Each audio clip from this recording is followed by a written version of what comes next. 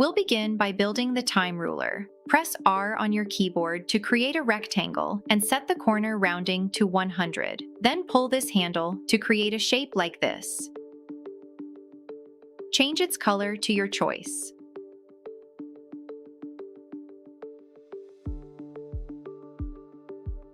Next, add a circle by pressing C and set its stroke weight to 9. Change its color to orange while keeping the fill color white.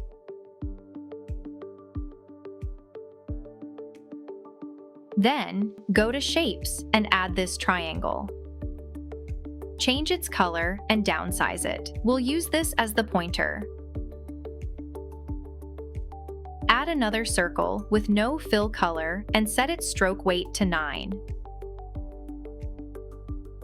Change the stroke color to this gradient combination.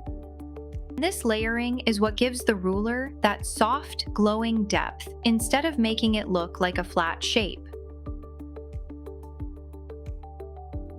Then place the circle over this one. We also need a glowing effect, so add another circle and change its color to a gradient combination. Choose the first color as orange, followed by a dark brown shade, then repeat the first color 2 more times. Set the next color to something like this and reduce the transparency. Repeat the process while gradually reducing the transparency further. And finally, set the color to white with 0 transparency. You just need to play around with the colors and transparency a little to get the effect you want. Now click on the 3 dots and send it backward. We'll click it 3 times because I want to move it 3 layers behind.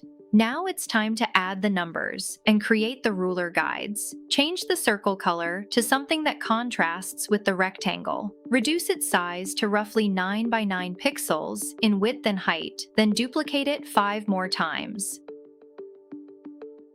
Now increase the size of the first circle slightly and group all of them together. Add a text box and choose a font style that is minimal and easy to read. Set the font color to a shade slightly brighter than the dots. And set the font size to around 21. Duplicate this cluster as many times as you need and change the year information in each one. Finally, group all the clusters together and place them over the rectangle. If you noticed, when the year changes and settles inside the circle, the font color becomes darker and the text gets bigger. This is simply the trick we're using to create the illusion of a magnifying effect. Let's add another text box and set the font color to a darker shade. For the same dotted ruler, search for dotted lines hatching.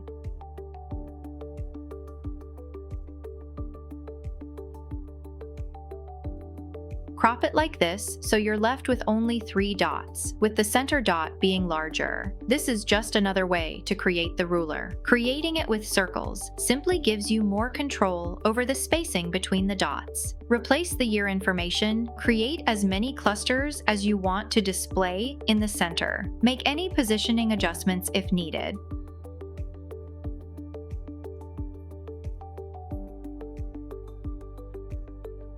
Now let's change the background color to a darker shade. Then add this tape strip as the background for the text.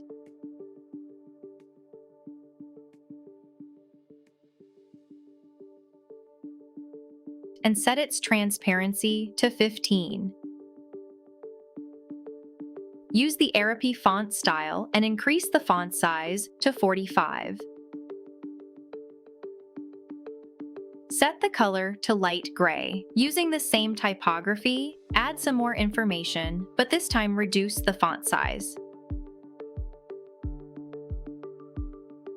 Now it's time for some animation. Apply a wipe animation to the tape strip. For this page, we're selecting both for all the animations. Set the duration as needed and change the direction to upward.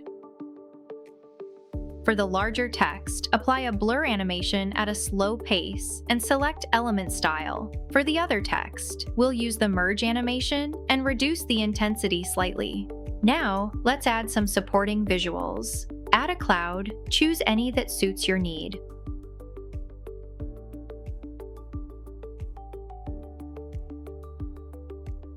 I'll apply a bronze filter to give it a warmer look. Then search for a drop shadow. Place one on the ruler, hold Alt to duplicate it, and place the copy on the other side. This gives the ends of the ruler a more cinematic look. Duplicate the page and move the ruler as needed.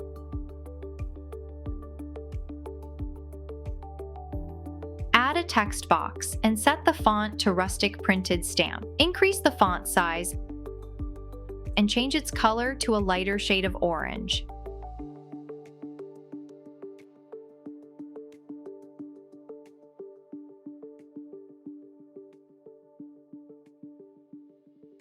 For this text, increase the font size so it stays in focus and change its color to orange.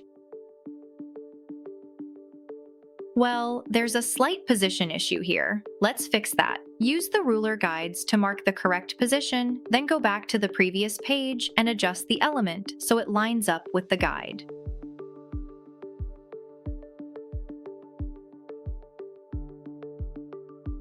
For these two texts, use Clarify Animation. Again, we're selecting both for all animations on this page. Slightly reduce the movement and set the direction to the right. For this one, apply a fade animation. Set the duration to 2.5 seconds for entry and 2 seconds for exit. And select Word as the writing style. Now look for an astronaut. I'll go with this one. Let's make a few adjustments first. Set the vignette to 60, black to 30, whites to -22, and brightness to -14 to match the overall theme. Then apply a blur animation and set the entry duration slightly longer than the exit duration.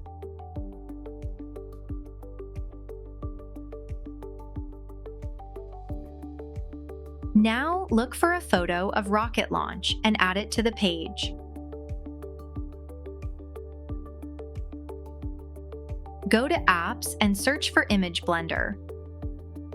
You'll see two options here: Blend, which requires an Image Blender Pro subscription, and Fade, which is free to use. So we'll use Fade. I'll go with the linear option. Drag one of the anchor points to change the direction and decide which portion of the image you want to fade. I'll leave the strength scale as it is. Save it and repeat the process one more time, since I want the faded effect on the top side as well. Unfortunately, we can't do both at once, so this extra step is needed.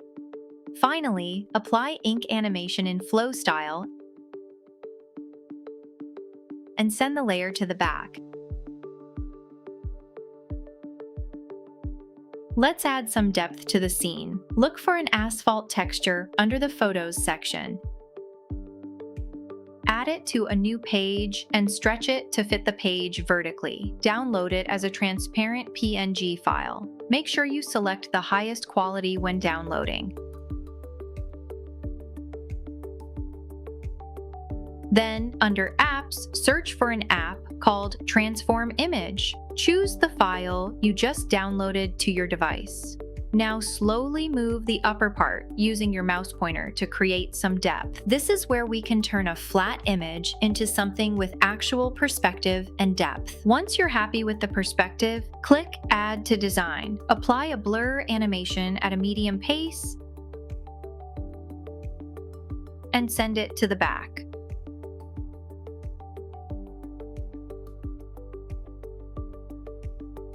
Now add a few more supporting visuals. These are almost unnoticeable, but you notice them when they're missing, if that makes sense. Add a grid pattern with a breath animation behind the astronaut.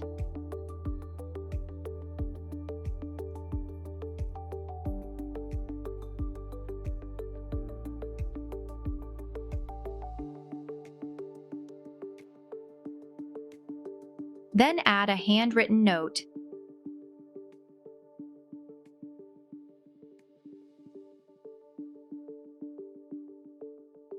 and a few more drop shadows.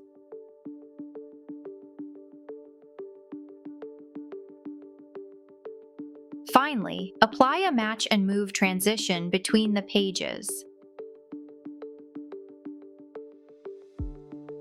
Arranging the duration of each element is really important, so everything enters the scene at the right moment. Especially with match and move, this helps you avoid getting that blurry effect while the transition is playing.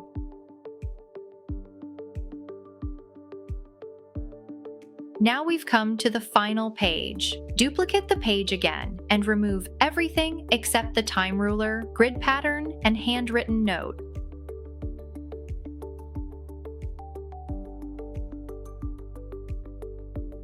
Move the ruler so the required year is positioned in the center.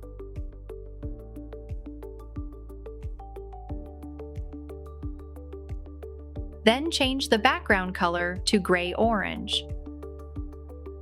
Search for vintage paper card and set it to fit the page and reduce its transparency. Duplicate it one more time and place it like this, making sure the bottom edge sits perfectly.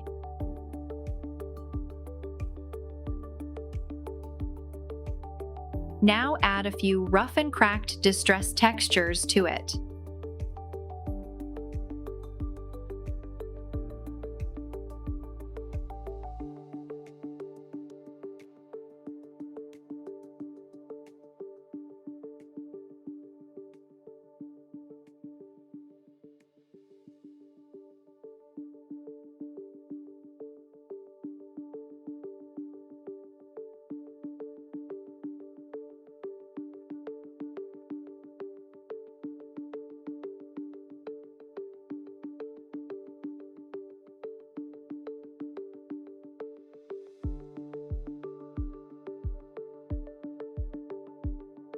Next, search for a Polaroid frame under Graphics. I'll go with this one because it matches the background theme.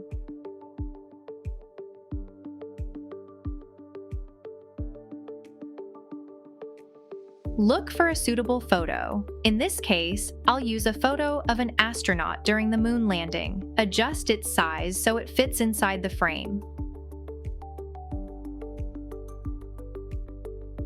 Round the corners if needed so they align with the frame border. Then group the photo and frame together. Now, look for a paper pin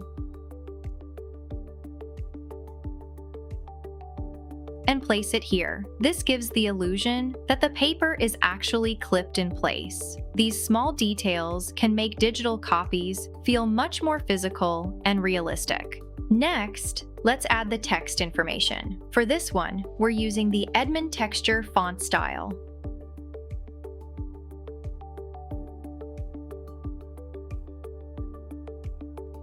For the next text, use Francis.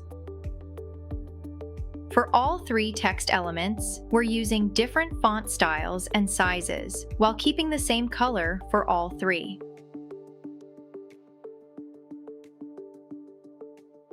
And for the third one, choose something simple like this.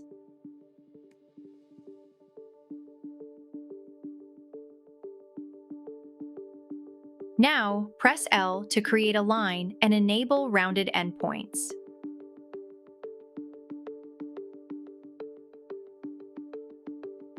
Then change its color to the gradient combination as shown. I'm doing this simply because I want to create a shadow beneath the line.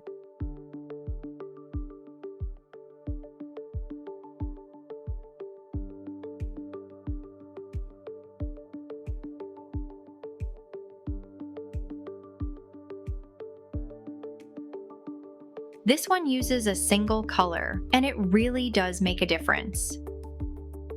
Now we're all set for the last step, the animation. Starting with the first text, use a rise animation at a medium pace. For this page, we'll select On Enter for all animations. Next, use a breath animation for this text. For the line, use a wipe animation at a fast pace.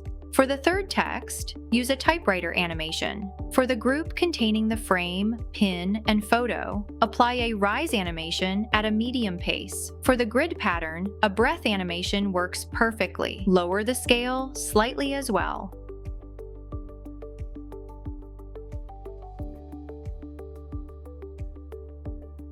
use a wipe animation for this tiny arrow. And for the note, use a pan animation at a slow speed. Finally, apply the match and move transition. Adjust the timing so the elements appear one after another. Also, make sure all the elements from the previous page finish before the transition begins. And with that, we've come to the end of this tutorial. You can now take this same time ruler concept and adapt it to historical timelines, documentaries, or almost any story-driven project. See you in the next one.